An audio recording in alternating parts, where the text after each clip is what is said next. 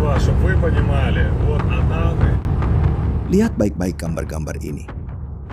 Gambar-gambar ini direkam oleh seorang pengemudi yang sedang mengemudi di jalan menuju jembatan Kerch di Crimea. Dia melaju lebih dari 100 km per jam dan merekam melalui jendela deretan mobil yang berhenti di jalur sebelah. Dia terus mengemudi dan antrean itu tidak pernah berakhir. Sebuah antrean berkilometer-kilometer dari keluarga-keluarga Rusia di dalam mobil mereka yang mencoba keluar dari semenanjung yang telah dijanjikan Putin akan menjadi milik mereka selamanya. Tapi perhatikan satu hal, jalur keluar itu macet total.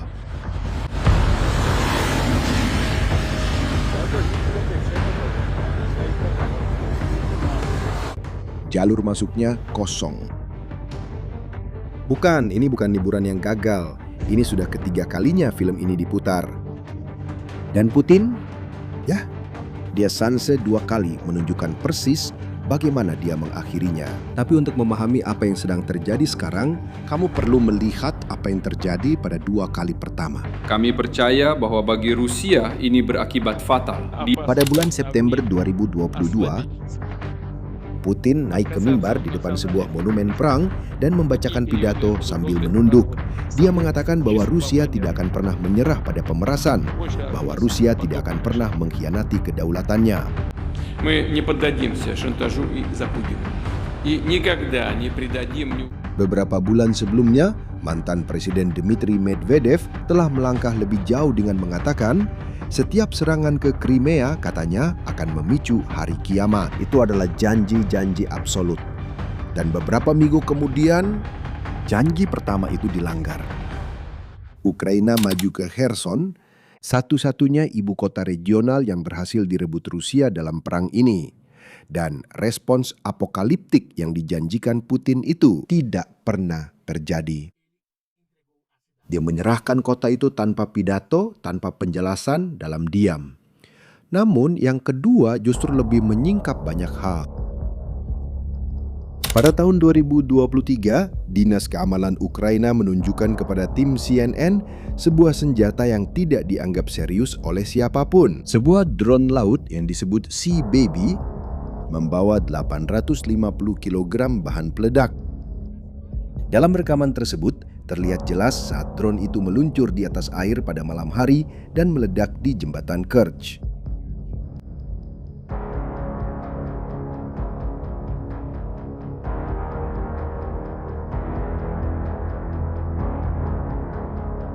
Dan kepala dinas tersebut memberitahu jaringan Amerika, itu baru permulaan. Dan Kepala Dinas Keamanan mengatakan kepada CNN, ini baru permulaan.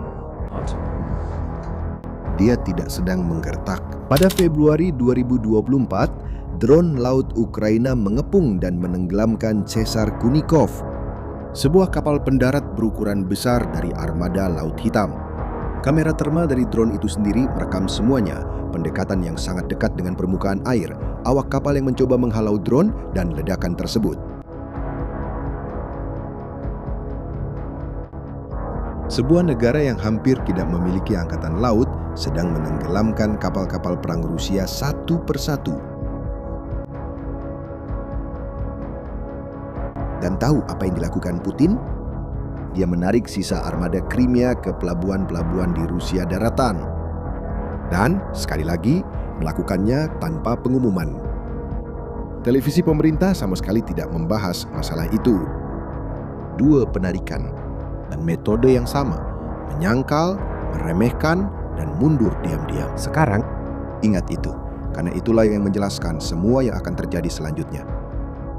Dan jika kamu suka memahami hal-hal sedalam ini, berlanggananlah ke kanal ini, karena inilah jenis pembahasan yang selalu kita lakukan di sini setiap minggu. Sekarang muncul pertanyaan, mengapa penarikan ketiga akan berbeda dari 2 yang sebelumnya? Kamu mungkin membayangkan bahwa memiliki ratusan ribu orang Rusia yang tinggal di Crimea membuat pendudukan menjadi lebih kuat. Lebih banyak orang yang tinggal di sana, berarti lebih banyak orang yang berakar di sana. Lebih banyak kontrol, benar? Ya, tapi justru sebaliknya, dan angkanya menunjukkan itu. Setelah mencaplok semenanjung itu pada tahun 2014, Putin meluncurkan proyek kolonisasi massal. Dia menawarkan pembiayaan rumah dengan bunga sangat rendah bagi siapa saja yang mau pindah. Militer, hakim, dokter, dan guru dipindahkan dari Rusia bersama seluruh keluarga mereka. Pada tahun 2021, sebuah dekret melarang orang asing memiliki tanah di wilayah tersebut, termasuk orang Ukraina sendiri yang selalu tinggal di sana.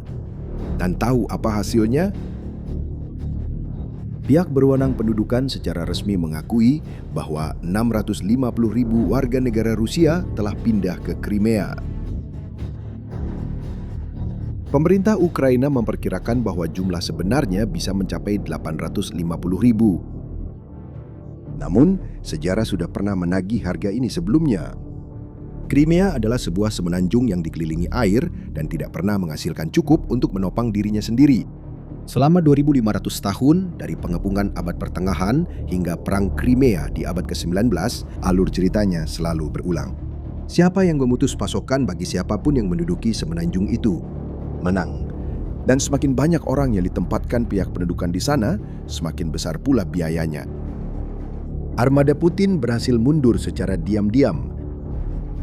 Namun 650.000 orang tidak pergi secara diam-diam. Ukraina memahami hal itu. Dan pada bulan April 2026, mulai memutus jalur-jalur satu persatu. Jalan utama yang menghubungkan Rusia ke semenanjung mendapat julukan di antara para prajurit sendiri. Jalan Maut. Drone-drone Ukraina mulai memburu konvoi yang melintas di jalan itu, meninggalkan truk-truk yang terbakar di sepanjang jalan. Pada tanggal 21 Juni, terminal minyak laut di Kerch, kota yang terletak tepat di pintu masuk jembatan tempat bahan bakar masuk ke semenanjung, telah terkena serangan. Penduduk di sisi lain kanal merekam kolom asap hitam yang membumbung tinggi di siang hari dengan langit biru cerah. Di sisi lain, Crimea di Sevastopol, kota terbesar di semenanjung itu, gardu listrik utama diserang 7 kali dalam satu malam, menurut Komandan Pasukan Drone Ukraina. Dan ketika Rusia mencoba memasok semenanjung itu melalui laut menggunakan kapal tanker dari apa yang mereka sebut armada bayangan, drone-drone itu juga mengejar mereka.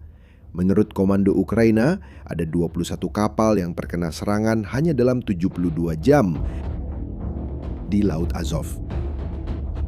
Gambar termal yang dirilis oleh unit-unit itu sendiri menunjukkan kapal demi kapal meledak di tengah malam. Jalan, jembatan, laut, setiap jalur yang memasok 650.000 orang terputus. Dan ada orang yang sudah menduga ini akan terjadi. Pada tanggal 16 Juni, Refat Chubarov, pemimpin Tatar Crimea, penduduk asli semenanjung yang telah tinggal di sana jauh sebelum orang Rusia manapun, merekam sebuah pernyataan yang ditujukan langsung kepada para kolonis. Pesannya sangat jelas, kalian percaya pada Putin, menetap di tanah yang dicuri, dan sekarang semenanjung itu menjadi garis depan. Dia memperingatkan bahwa kelangkaan bahan bakar akan semakin parah, bahwa kolaps akan terjadi secara berantai. Dan dia merekam kalimat yang menjelaskan semuanya. Setiap hari ketika jembatan Kerch masih berfungsi adalah kesempatanmu untuk pergi dengan selamat. Setelah itu akan terlambat. Dan 5 hari kemudian peringatan itu menjadi kenyataan. Pada hari yang sama, 21 Juni, ketika terminal Kerch terbakar, Sergei Aksyonov, kepala administrasi Crimea, muncul di televisi untuk sebuah pengumuman yang belum pernah didengar siapapun sebelumnya. Mulai pagi itu, penjualan bahan bakar kepada masyarakat dihentikan di seluruh Crimea. Semua harus menggunakan uang di kartu. Semuanya. Dan perhatikan detailnya. Dia mencantumkan metode pembayaran satu persatu. Karena masalahnya bukan bagaimana cara membayar, soalnya tidak ada lagi yang bisa dijual. Bensin yang tersisa disisihkan untuk keperluan dinas negara. Pada tanggal 26, Aksyonov yang sama kembali ke depan kamera untuk menetapkan keadaan darurat di seluruh wilayah. Dan perhatikan bahasanya. Dia berbicara tentang mengatur hubungan keuangan dan kontraktual sebagai kompensasi atas kerusakan. Dia sama sekali tidak mengucapkan kata drone, serangan, atau Ukraina. Keadaan darurat diumumkan seolah-olah itu masalah administrasi biasa. Dan tepat pada hari itulah gambar-gambar di awal video ini direkam. 1.800 kendaraan mengantre di jembatan. Sebuah antrean yang pada hari sebelumnya telah mencapai 15 km. Pengemudi yang merekam itu merangkum situasinya dengan mengatakan tidak pernah ada antrean seperti ini. Tapi bagi mereka yang tidak mendapatkan bahan bakar untuk melarikan diri, tetap tinggal. Dan disitulah momen terpenting dari cerita ini terjadi. Я обращаюсь к Москве и к Pada tanggal 5 Juli, seorang warga Crimea merekam curahan hatinya di dalam mobil, menatap langsung ke kamera. Itu adalah pesan langsung untuk Putin. Dia berkata, Вы обещали нам безопасность и нормальную жизнь. Kalian telah berjanji kepada kami akan memberikan keamanan dan kehidupan yang normal. Dan pada kenyataannya, yang kami dapatkan hanyalah pom bensin kosong, ketakutan, pemeriksaan, dan ketidakpastian total. Orang-orang tidak tahu bagaimana cara pergi ke rumah sakit. Dan kemudian dia mengucapkan kalimat yang merangkum semuanya. Телевизору говорят, все под контролем. Но если Di televisi mereka bilang semuanya sudah terkendali. контроля уже нет. Tapi kalau Crimea hidup dalam mode bertahan hidup, berarti sudah tidak ada kendali sama sekali. Dan diakhiri dengan sebuah pertanyaan yang kuat langsung. Sebuah pertanyaan yang sedang diajukan ratusan ribu orang dalam diam. Orang-orang Crimea tidak menginginkan berita, tapi jawaban. Mengapa kami ditinggalkan? Mengapa kami ditinggalkan? Dia tidak tahu, tapi jawabannya sudah diberikan.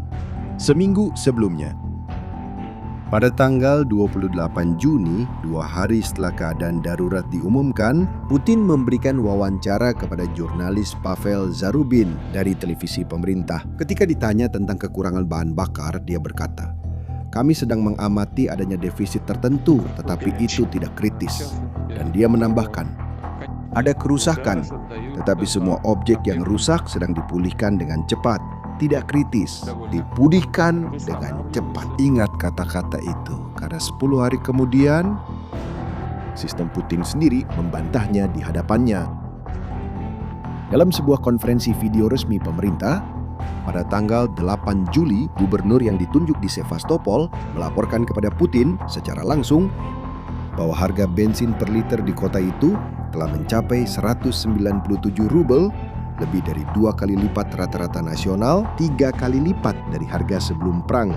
Pria yang mengatakan bahwa tidak ada yang kritis mendengar langsung dari pegawainya sendiri seberapa parah kolapsnya. Sekarang, perhatikan apa yang sudah terjadi sampai saat ini. Dia menyangkal. Dia bilang tidak ada yang kritis. Dia meremehkan. Dia mengumumkan keadaan darurat seolah-olah itu hanya urusan birokrasi kantor catatan sipil. Dan jika kamu ingat apa yang kita bicarakan di awal video, kamu tahu persis apa yang kurang. Penarikan mundur diam-diam. Pola itu, tahu kan?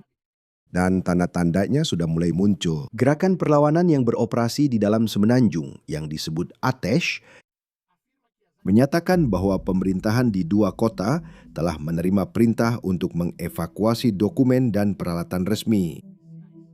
Dan bahwa para pejabat sudah melarikan diri ke Rusia dengan menggunakan bahan bakar yang disediakan untuk negara. Para elit melarikan diri lebih dulu dengan sumber daya yang tidak diberikan kepada rakyat. Dan ekonom Rusia Igor Lipsitz yang kini menjadi kritikus pemerintah dalam pengasingan, pergi lebih jauh dalam sebuah wawancara baru-baru ini.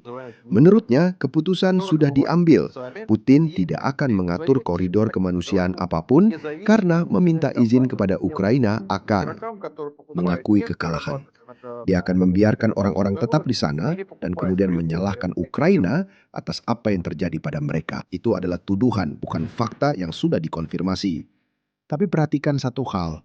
Itu persis seperti yang terjadi dengan Armada. Itu persis seperti yang terjadi di Kherson. Kamu sudah menonton film ini 2 kali dan sekarang pasti sudah menyadari adegan berikutnya sedang terjadi. Kenyataannya adalah Putin tidak akan mengumumkan kehilangan Crimea. Dia juga tidak mengumumkannya sebelumnya saat menarik armadanya. Dia juga tidak mengumumkannya saat menyerahkan Kherson. Metodenya selalu seperti ini. Menyangkal, meminimalkan, dan mundur dalam diam. Biar orang lain yang menanggung akibatnya. Hanya saja, kali ini korbannya orang-orang nyata. ada 650.000 orang yang dia sendiri yakinkan untuk pindah ke sana. Tergoda oleh janji yang kini runtuh di depan kamera. Dan ada lagi detail penting yang menghambat setiap jalan keluar yang cepat. Bahkan jika serangan berhenti besok, krisisnya tidak akan ikut berhenti. Kilang-kilang yang hancur bisa memakan waktu bertahun-tahun untuk kembali beroperasi, bukan berminggu-minggu. Dan semenanjung yang dulu dijual Putin sebagai surga abadi, sekarang menuju dua kemungkinan. Menjadi bahan tawar-menawar di meja negosiasi pada masa depan, atau menjadi simbol pasti bahwa kata-katanya sendiri tidak mampu mempertahankan wilayah yang paling ia banggakan. Kisah ini masih akan berlanjut ke babak-babak berikutnya. Dan setiap perkembangan baru akan Anda lihat di sini terlebih dahulu. Jadi jangan lupa berlangganan saluran ini agar tidak ketinggalan apapun. Dan tuliskan pendapat Anda di kolom komentar. Apakah Putin akan mengulangi pola yang sama dan mundur dari Crimea secara diam-diam? Atau kali ini dia tidak bisa menyembunyikan penarikan pasukannya? Terima kasih atas perhatian Anda dan sampai jumpa di video berikutnya.